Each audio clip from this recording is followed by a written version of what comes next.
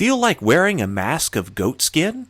I did, so I created this particularly horrific mask of patchwork leather. It's perfect for the die-hard cultist or a more casual Halloween costume. I had a lot of fun creating this mask in the workshop.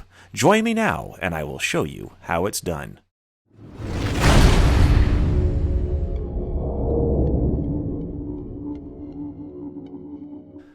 For the base of the mask, I started with a plague doctor's mask I found online.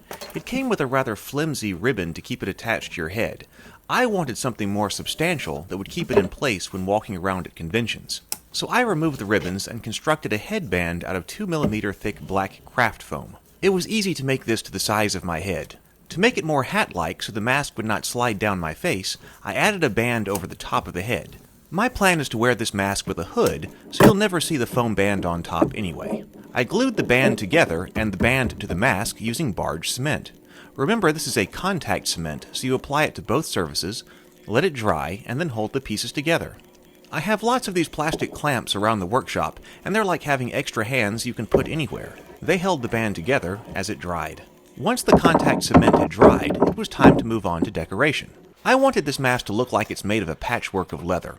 I bought this roll of goat skin at the leather store and started cutting out irregular shapes to apply to the mask. I finished the edge of each piece by first trimming off the corners of the leather using a special tool, wetting down the edges, and then rolling the edges using a wooden edge roller.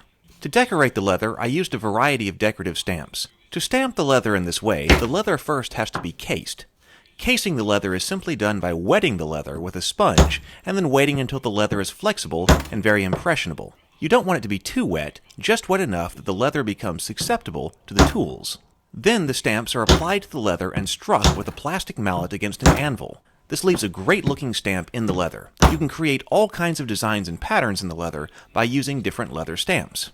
I repeated this process for multiple pieces of leather I cut out of the hide. I briefly tried cutting patterns for pieces out of aluminum foil, but I found that was unnecessary. Cutting interesting shapes directly out of the leather was enough.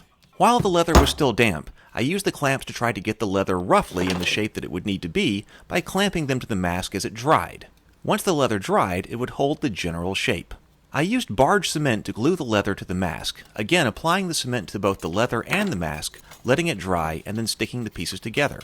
I clamped them down until dry. With the leather patchwork applied to the mask, I selected a variety of leather dyes. I thought that relatively bright colors would provide an interesting contrast to the black hood and robe I wanted to wear with the mask. I picked up an assortment of leather dye colors at the leather shop and applied them with a Q-tip. For the brown, I used a leather stain.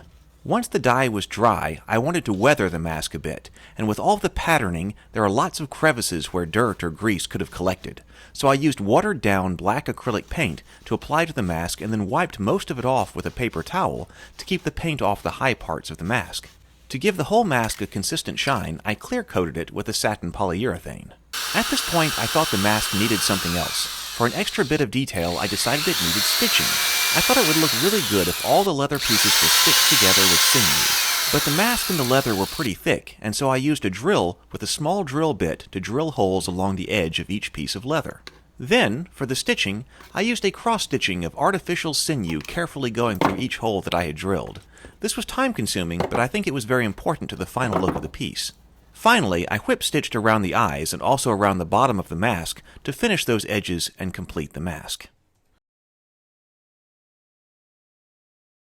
So that's it for the Leather Cultist Mask project. I love the way that it came out, and I think it's a really good project because it was simple, because it was a modification of an existing mask. But I don't ever think you would know that I got the mask just online if you didn't already know. So I think that it's a great example of being able to do some really creative modifications to an existing item. So I hope you enjoyed watching it, and if you did, please give the video a thumbs up and also subscribe to the channel. I will see you in many more to come.